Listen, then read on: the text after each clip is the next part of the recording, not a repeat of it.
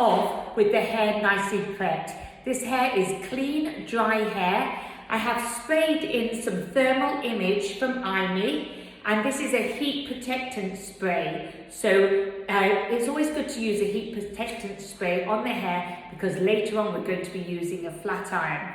So I take sections of hair. I'm wanting to keep the top smooth and then from this point down have the texture. I love the contrast as smooth and textured. But you can, if you want the texture from the root area, you just do it to the root. So you put in the pipe cleaner wherever you want the texture to start. So I like to give myself a guide, and I always do the front two pieces first so they're symmetrical. I never start one side and then go all the way round to the other side because they can be a little bit off. So take a large section of hair. I use a small piece of foil, put the foil in and around the hair. So basically, you're just covering the hair in the foil. And here, I'm going to pull the foil all the way out to the very, very ends. See, you can see that end still poking through, so I'm going to bring it all the way to the very, very ends. So there we have it. That is to hold in all the short layers and short pieces. Now I take my pipe cleaner and I'm going to fold the pipe cleaner in a U, like this shape. Just like a U. They're very flimsy, they're very soft, easy to work with, and much, much easier than pins. So I fold that into a U shape, and then what I'm going to do is I place my pipe cleaner in and I hold the pipe cleaner with my non-working hand. So this is my non-working hand, my left hand, and I hold it secure. And what I do is I go in and out, or under and over. And I'm going under, over, under, over, like a figure eight. And I go all the way to the very, very end here. And then once I've done that, I fold it and push it up to the root area. So that is my first one in. Then I take my next section of hair, big sections. Don't worry about small sections because this way of setting the hair is very, very firm. I know that's where I last finished. So here, I'm going to be putting my next one in here because I want to have it so that it's slanting down the back. So it's higher at the front and lower towards the back.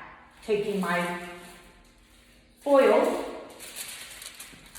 just basically putting it around there, slide it all the way to the very ends until I see those ends covered, and there we have them covered. Get my pipe cleaner, fold it in half, so it's like a U shape. Put that in, holding it with my non-working hand, which is my left hand, because I'm right-handed, and I'm using the hair, and I do under and over, under and over, under and over, and I do that all the way along until I come to my foil. And then when I come to my foil, because I carry on and wind the foil all the way down.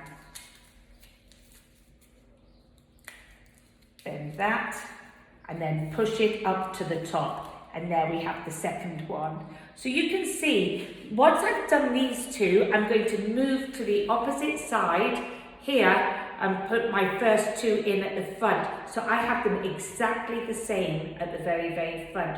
So I've not got it offset. If you want to do it in a side parting, you can. But remember, I'm starting my texture here, but you can start it from the root. It looks really fun and great. It's just I want to smooth the look on top. So I'm going to carry on and put in the others.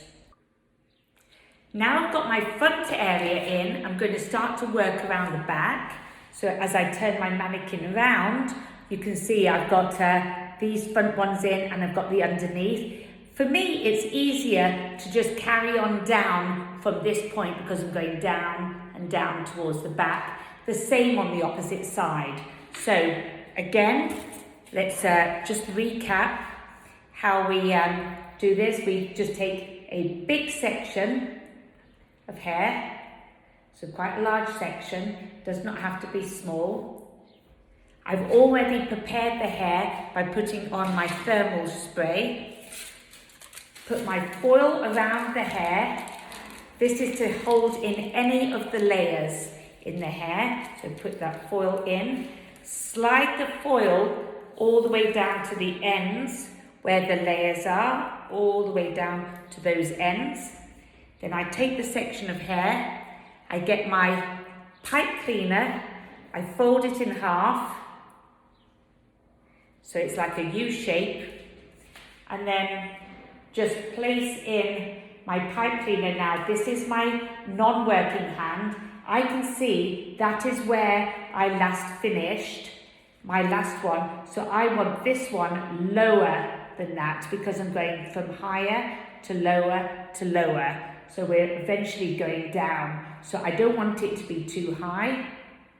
I will say it is more difficult to keep an area of the hair straight. I'm just winding it in, like over, under, just like a figure eight. It is harder keeping it straighter on top. This is much easier to do it textured from the root area because to get that line can sometimes be a little bit difficult. But if you have your starting point, which is at the front, it's easy to follow that. So just turning them round, there, I've just pushed it up. Let's do one more. Take a big section of hair, comb the hair down so it's all going in the same way. Take a large section of hair, get my foil, place the foil around the section of hair, and all this does, it enables it to stay on the pipe cleaner and it holds in any of those layers or shorter pieces that are in the hair. Fold my pipe cleaner in half. Placing the pipe cleaner strategically where I want it to be. So I definitely want it to be lower than this last one. I hold the pipe cleaner and then I'm just going to do a figure eight. Just under and over, just like a figure eight. And I carry on all the way to the very end of the foil because that's where the ends of my hair is. So that holds firmly there and then I just push it up. I'm going to carry on all the way round. Now all the pipe cleaners are in, we're going to set the hair. And this is very simple. I'm using my GHD flat iron. So I like to use GHD so it doesn't compromise the hair colour. As you can see, she's a gorgeous blonde. And what I do is each one, you take the section and I flat iron the top part. You can see the very, very top part here. And then I flat iron the next part. Hold for a couple of seconds and then hold for a couple of seconds. It does not take long. You don't need to hold it for very long. Once I've done that, so I know that I've done that section, I always turn the end of the pipe cleaner up. So that gauges and tells me that I've already done that. Here, let's do the same on the front. Take my section, using my flat iron on the top there, where the join is, where it starts to go straight, and then hold for a couple of seconds, and then hold for a couple of seconds on the foil part. This is why I push them up to the top, because it would be very time consuming if my foil was all the way down to the end here. I would be having to flat iron many, many times, so that's why I like to push it to the top, and then I just bend the end. So I'm going to carry on and do that all the way over the hair, and then we just let them cool. Now the foils have cooled down thoroughly, it's time to take them out. The best way to take these out is not unwinding them from the bottom. The best way is to take it out from the top. So we undo the foil, just the foil, like that, and then I take the top part of the pipe cleaner, so I take the foil off, I take the top part of the pipe cleaner and I pull it out from the top, like that. That is the best way to take them out. So let me just repeat on the other side because it might be easier. So undo the foil, not all the way, just take the foil out, take that off, so take the foil out and then take the top of the pipe cleaner out from the top here and simply hold the hair down and pull the pipe cleaner out. That is going to be the easiest and simplest way to take this set out. And you can see I've really not got a lot of foils in here. I counted them up and I've got 16. So there's not many foils for this technique. So I'm going to carry on and take them out and then we'll see the end result. So everything's been taken out. So this is the effect before I run my fingers through it. So I just wanted you to see it before. That's the pipe cleaner set all the way round.